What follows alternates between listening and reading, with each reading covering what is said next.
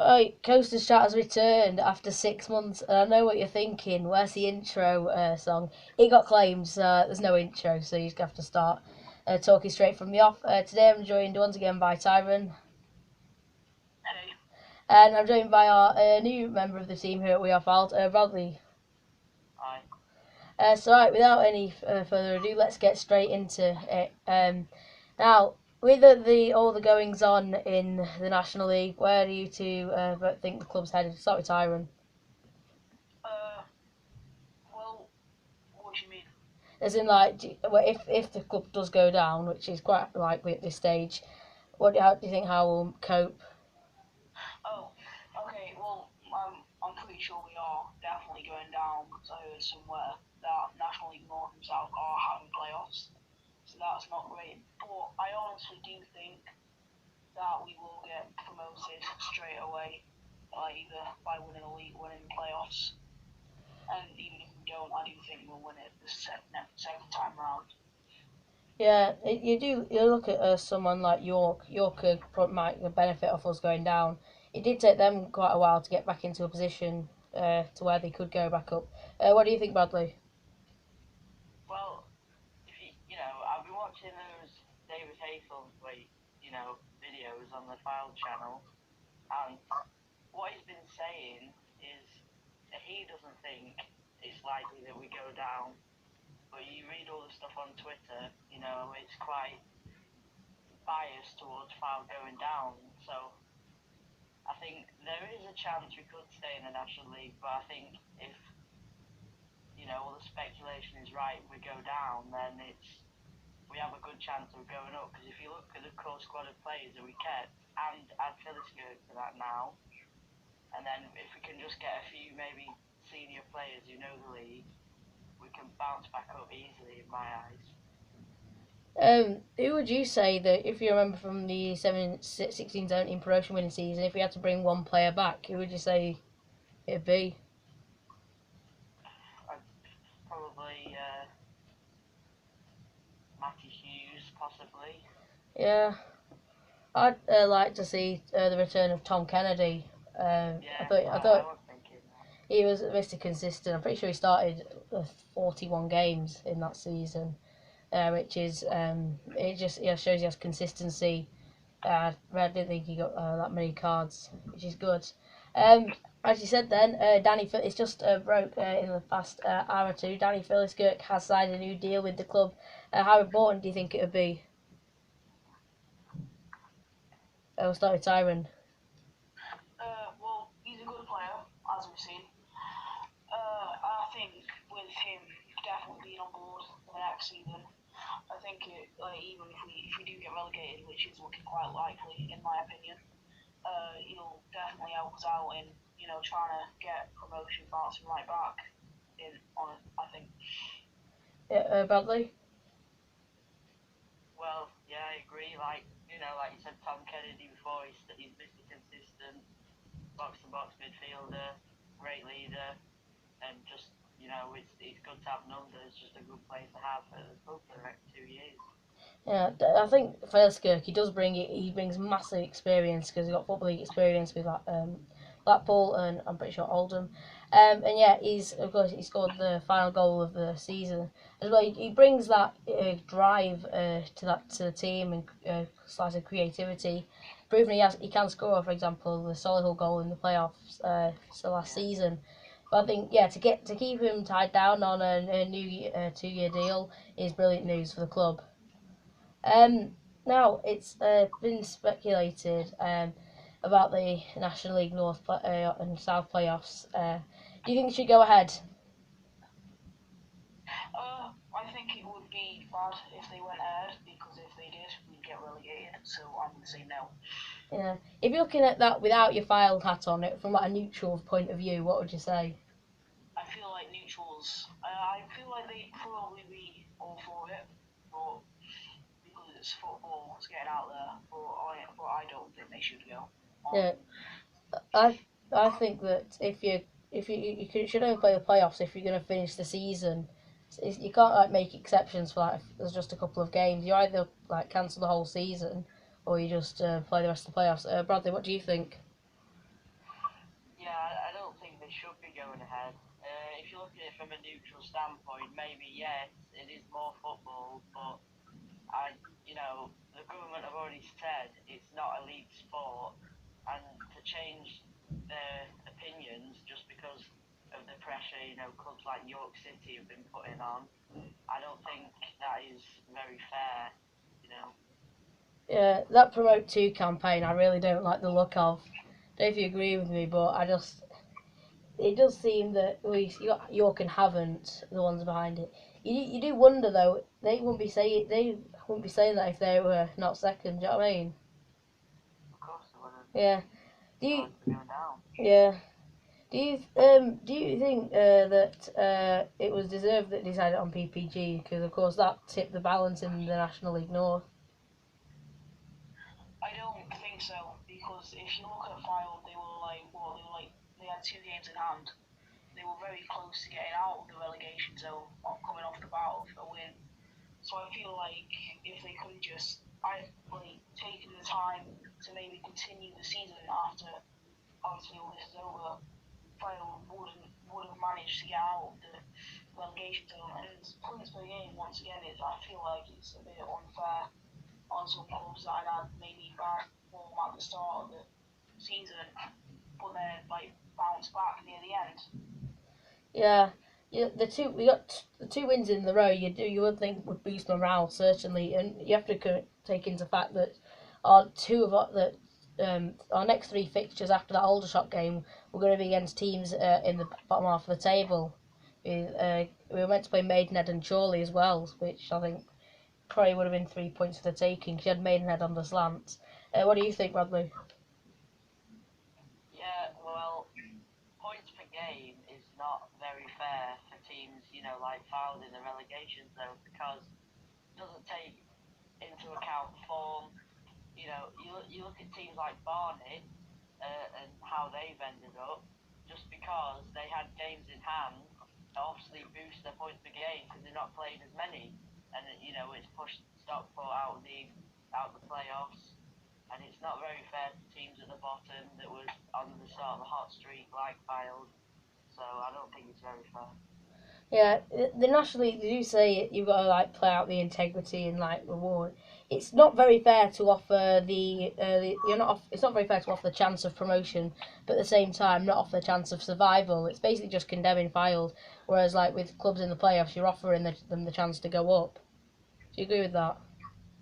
Yeah. Yeah. It does feel annoying that the club cannot play themselves out of it. The National League have just stuck us in the position where we are. So football returned in the top 2 tiers of football on at the weekend last week. Do you agree that football's back, or do you think it's only back when you go into the grounds? I'm going to be honest. In my opinion, football is only back for fans who buy all the shirts at Sports Direct. Yes, I saw that tweet as well. What do you think, Rodley? Yeah, well, it's back for teams, the big teams with a lot of fans. It's, armchair supporters. It's maybe back, but you look at the Championship. That's, it's not going to have very many plastic fans in the Championship, and usually fans of Championship teams go to games regularly. So for them, it won't be back, will it? Yeah. Just go. You speak.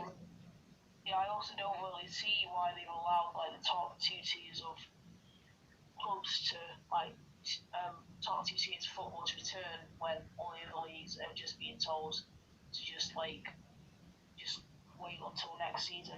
Obviously, you can say it's about the money. The lower clubs rely on the money. But if you can only have 1 or 2 leagues restarting, you may as well just make those 2 leagues just finish. You can go to the rest of the leagues. I feel like it's a bit unfair. Yeah, it just does not seem fair that you can say one league can play on, but the other can't. You get some clubs you'd say in League One, which got cancelled, probably are financially able to do the games like Sunderland and Portsmouth, former Premier League clubs. But then you've got clubs like, as I say, Rochdale and Wimbledon, who aren't the richest, who need to rely on gate receipt entirely. With the Premier League, I don't know about you, but I'm not really watching it that much. Are you? I watched the first few games. I watched, Sheffield United and the first two games. And I did say to myself that I was going to try and watch as many games as possible, but I'm going to be honest, it's not really interesting me much recently. It's not the same when you're not at the stadium watching the club you actually support for me. So I've not really been watching many games. Yeah, Bradley, what do you think? Yeah, same there. It doesn't feel the same. It looks like they're playing a training game. I was watching the Merseyside derby on Sunday and almost fell asleep. The games, you could argue Man City v Burnley yesterday was an entertaining game, but it's not the same without the fans. I wouldn't say it was an entertaining game. It was a training game, pretty much. Man City they just steamroll Burnley. I think it's fair to say. It was Memphis was. Yeah. Anyway, let's go back to the foul situation. What do you think will happen off the pitch if we do go down, for example, like attendances and over like money being put in and out of the club? I'm going to be honest, I do feel like a lot of people will stop coming because if you look at it as well, the attendance is lower near the end of the season as well when we started doing a bit worse. So I feel like the fact if we do get relegated, the fact that we're not in the top two of one league anymore, I do feel like attendances will get a bit lower. Yeah. Bradley, what do you think? If we do get relegated, just look at the 16-17 season. The attendances were about the same, if not more than they were now, because we were having a great season. We were top of the league and it was entertaining. So I think maybe August, September attendances might be a bit lower. Not much. I think we'll still break 1,000 every game. But if we start picking up form, if we're at the top of the league, going for promotion, I think people will start coming because they love the club again. And they may be plastics, but yeah. Yeah, I think it's an interesting statistic for you. Last season was the first time for a league game at Mill Farm the attendance dropped below the 1,000 barrier. I think it does show that the club not doing well is quite clear to see attendances are going down because as you said, it works like that. If the club's doing well, more people want to go to see attractive football. Whereas if they're not doing well, they won't want to go. Yeah. Anyway, we've seen Danny Philliskirk sign a 2-year contract. Some of the other players who are unlikely to sign deals are Dan Lavercombe. I believe Luke Burke is in there. Do you feel Luke Burke should be being offered a new contract? I feel like he should because he's been a good player. And obviously, like he scored the equaliser against Harrogate. Was it Harrogate? Yeah. Obviously, we did end up losing that match in injury time, but it was a great goal, only his first goal. But if he's managing to pull stuff out like that, like when it means a lot, I feel like we should keep him on board. But obviously, at the end of the day, it's up to the owner, the manager, and the player himself. So if they don't want him to stay, or the players don't want to stay, then you can't really change that. Yeah, Bradley. Yeah, Luke Burke, he's a good player, and I don't think it's the fact that he's not being offered a contract. I think it's the fact that he just won't sign one because he's still a relatively young player, and obviously he won't want to be playing National League North football next season. We do have Scott Duxbury and Kyle Jameson, but I'm not sure if they're up to his standards, so we may have to look for a replacement if he does leave. Yeah. Yeah, I think if he does, it'll be a big loss. Yeah. Yeah, you think who can fill the gap they'd leave? Maybe look to Timmy Odesina, who we had in the 18-19 season, maybe him back on loan. Or Tyler French, I thought, did a good job at right back, and Burke was at left back for the final few games of this season. Where else do you think we need to strengthen? Up front. Yeah, I think the gap that Rowe started to make at the end of his time here, it was making a gap, and then the gap was just gone when he left. Jonah Williams, he has stood in and got some goals for the club, but it does seem that the club is struggling to find the net, and as it says, goals win games. What do you think on that? Yeah, I feel like Mark Yates, so when we signed him, after getting top most assists in the season before, obviously came through and everyone was expecting him to get, do the same, get a lot of assists, for Danny Rowe and that. But he just didn't come to be. I don't know what's happened with him, but he's really not gelled with the squad. He's not done very well, and so I feel like we probably need to maybe get a player to replace him if he doesn't do well at the start of next season. Yeah. What do you think, Bob? Yeah, Mark Yates, he's at the back end of his career. He must be about 35 now, and you could see last season he didn't care. Like you look at the little things at the end of the game, he's straight off into the tunnel with no appreciation for the support, and he looks lazy around the pitch. He's not really impressed me. Obviously, he's played at some good clubs before. Won against Chelsea at Bradford, played for Blackpool, but I think it wouldn't be the worst idea to maybe release him a year early, free up his wages, because he's got to be on some decent money coming from his pedigree. Yeah. Where do you think it went wrong last season? Because I think there's multiple areas, but fundamentally, where do you think the biggest area is? I feel like obviously every season he's on point and he's made a lot of signings, and obviously that can only take you to a certain point. If you change your squad like every single year without fail, they're just not going to gel. It's going to be different. So I feel like obviously having good players, it really helps you succeed.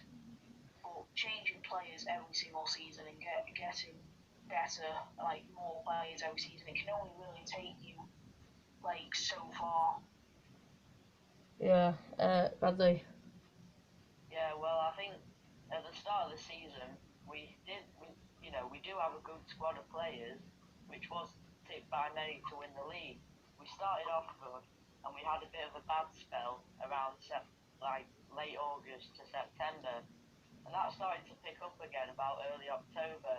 And then I think the final nail in the coffin was extremely prematurely sacking Challoner. That was beyond me. I don't know why Yeah, I don't know why he's Haythornthwaite sacked. decided to do that. I think if Challoner was still on board, I don't think we'd be in the playoffs, but we'd be solid mid-table, and we wouldn't be in this position. Yeah. I do feel the sacking of Challoner did come a bit too early. Like, we were doing a bit bad, but he's been with us for like a long, long time and he's achieved so much success with us. I feel like it was a bit harsh to sack him when we did. We didn't really give him a fair run this season. Look how he did at Hartlepool. Yeah, if you look at the players weren't really trying. So I've said this before. It was more the players weren't giving it all than Challoner was a bad manager. Like even still with Jim Bentley, he's came through and yes, we've won our last two games, but even when he came through, we did still get really bad results and played quite badly in some games. Yeah, I think following up time what you said about where you think it went wrong, I think too many players were let go at the end of last season. Like we let go of Andy Bond, someone who we thought, yes, he was. We thought he wasn't the best player at the time, but look, the amount of running he did and his intensity rate at the time. In hindsight, you think, quite, we probably could have done with him still. James Hardy's another one. I know he's recently left Walsall, so hopefully he comes back. But he was a good impact sub to have. Coming off the bench. And with the Challoner thing, yeah, I fully agree. I thought he was sacked too early. I think he should have been given, if results had continued like that, I think he should have been given till about, I'd say, December. But even still, to say that 6 months earlier he'd won us the FA Trophy, I think it was a bit premature for us to let go of Challoner. Now this is looking towards the overall picture. Do you think Barry deserved to go up? Yes. I fully agree with you there. Yeah, I mean obviously they're winning the league about the top, so I think they should be going up, really. Yeah. And I know me saying this might not ride well with some Fylde fans, but congratulations to them because they were the best team this season. I know when we played them, they might have got a bit lucky with some refereeing decisions, but they did look a good. They have looked a good team from like other games when they've been on BT and stuff. So fair play to them. They've been the best team, and it showed on the table. If the playoffs were to happen, who do you think could win it? In the National League, Yeah, in the National League Premier. Notts County or Harrogate. Yeah, I'd agree with you there. Yeah, obviously Harrogate against us, they looked like quite a good side, and obviously Notts County as well, just coming down from League Two. I feel like they would be the two main contenders as well. Yeah, I'd say it's between those two, Harrogate and Notts County, but also Yeovil because they came down. Pretty sure Yeovil are in the playoffs, but yeah, it's more a case of who can bounce back the best. You've seen Notts County have returned to training already this week. Notts County and Harrogate, they're obviously because of the finishing positions, they're already both through to the semi-finals. But yeah. Yeah, did you see the news about Boreham Wood's chairman? Remortgaged his house. Yeah. Remortgaged his house. It Boreham Wood. I'm not quite sure as of a club. Have you seen the ticket prices there? It's quite extortionate. Yeah, they knocked Fylde out of the park. I'm pretty sure it was 27 quid for an adult at one time. Well, you wonder why they get no fans. Yeah. I thought 20 for a season ticket was a lot. Yeah. What else has happened with the club? Have you seen some of the staff that have left? The physios. Yeah, physio, strength and conditioning coach, and the groundsman has left. And I find that quite interesting. The groundsman's left because, of course, what's happened with the pitch. Um, the pitch I thought was absolutely horrendous in as the season went on. They brought in some patches of grass, didn't they? But that had little to no effect. Would you agree with that? It works because there was an instance where Kurt Willoughby actually tripped over one of the patches where they hadn't fully put it in properly. Yeah. I remember it was a lot of times where the ball just stuck. I think it was in the Southport FA Trophy game. Williams headed it. It was going in, but it hit a patch on the floor instead of bouncing into the net. It just stayed still. And yeah. Looking towards just this is the general National League. Who would you say had apart from Barry? Who would you say had the best underdog performance of the season? So we can appreciate no one expected Barrow to go on and win it this year. I thought Woking surprised me a bit. They had a really good start because they came up here and beat us 4-1, and yeah, I thought that they did well in the season back in the National League. Yeah, that was a very sad day. Yeah, and I think the results around then, as you said earlier, with consecutive 4-1 losses to Woking and Halifax, I think that really. As well. Yeah, I think that really tipped the balance in Challoner's departure because there's more pressure on you nowadays, isn't there? Because there's a lot more sackings of managers than there used to be. The general consensus is if the club's not doing well, you sack your manager. Do you get what I mean? Yeah. And yeah, I go back to the point. Challoner should have been given more time, and that's the bottom line. He didn't deserve to go as early as he did. But yeah. Right, now, the final thing we have to talk about is this BBC article I've seen, and the question in it is this the worst time to be out of contract at your club? So we'll just have a debate about that.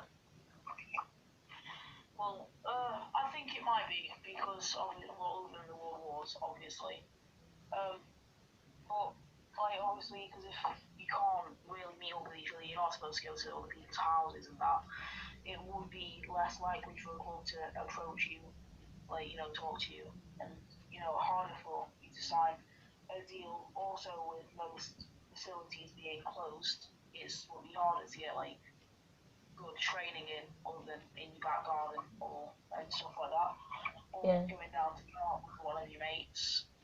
It's not as easy to train and get your abilities better either. Yeah, you've got competition here. You've got a lot of competition because here's a statistic.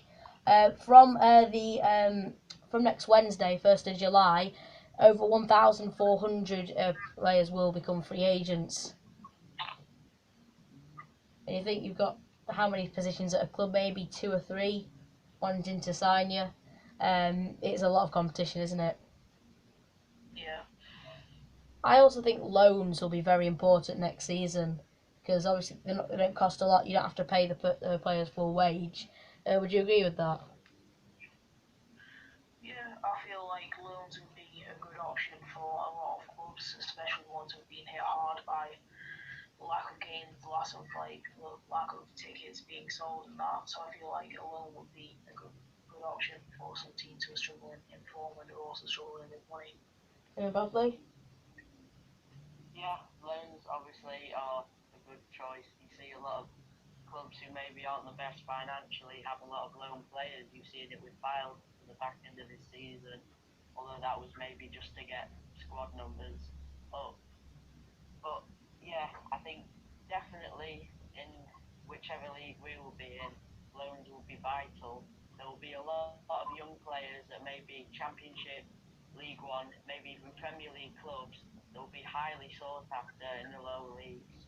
So, and I think if you're a free agent, it is quite a good time because a lot of clubs will not want to be spending big money on players. They will be, searching the transfer market to find the best free agents. And, if you've got quality, lucky for you. If you're not the best, then Yeah. Talking of free agents, there's a lot going from Solihull Moors. They've released 15 players, and I'd say you could say some important players in there. You got Danny Wright, who's leaving, Terry Hawkridge, and Nathan Blissett, who's got experience of winning the league. Um, Darren Carter's also out of contract, but it's looking like he'll stay. Do you think that a lot of free players, as I said, for example, James Hardy, former foul players who have contracts, are there any you think of bringing back? I think perhaps Simon. Yeah. Yeah, but as cash strapped as they may be, Nathan Wondwait has got a knack of signing the unexpected. I feel that. Yeah. I feel like Yeah, carry on. I'll let you go. No, I'll let you go. I felt that, yeah, not retaining enough players from a good season cost us. Yes, we may have signed names such as like Kozolo and Yates, but they've not really had an impact on the squad, which I feel hasn't been the best. Yeah, Kozlo, another player who I was expecting to do good things for the club, but hasn't really made an impact. Obviously, he got that suspension for spacing on someone a bit earlier on in the season, which isn't really a thing you should be doing, in my opinion. where was Costello signed from? Halifax. Halifax. Yeah, you think if he'd have stayed at Halifax, look at the season he might have been having, because of course they're inside the playoffs. I think James Hardy certainly needs a looking at. Also, Alex Reid has been released from Stevenage, Has so he? he's looking for a club. Yeah, All James right. Hardy is also looking for a club, and those are two definite starters if we're in the National League or National League North for the next season. Looking at the squad we have, Yeah. Alex Reid is a player who's already been at the club, and if you look at his Instagram, he obviously looks fondly at his time at the club. He's a free agent now, and he would definitely sort out our strike problem because he has an eye for goal. Certainly, yeah. And I feel carry on. with Alex Reid, though, he spent a bit of time at Ebbsfleet at the start, not at the start, near the end of the season. So I feel like obviously he's been to quite a few National League clubs, Dagenham and Redbridge as well. But I don't really think he. I think it. Oh, I think if he was to be offered like a loan spell or even a full contract, like a full contract at a National League club as well as foul, he'd go to said National League club over us personally. Yeah. I believe that's everything we've covered. So, that's all there is for this episode of Coasters Chat. The return, I guess you could say. This has been it. So, thank you for listening.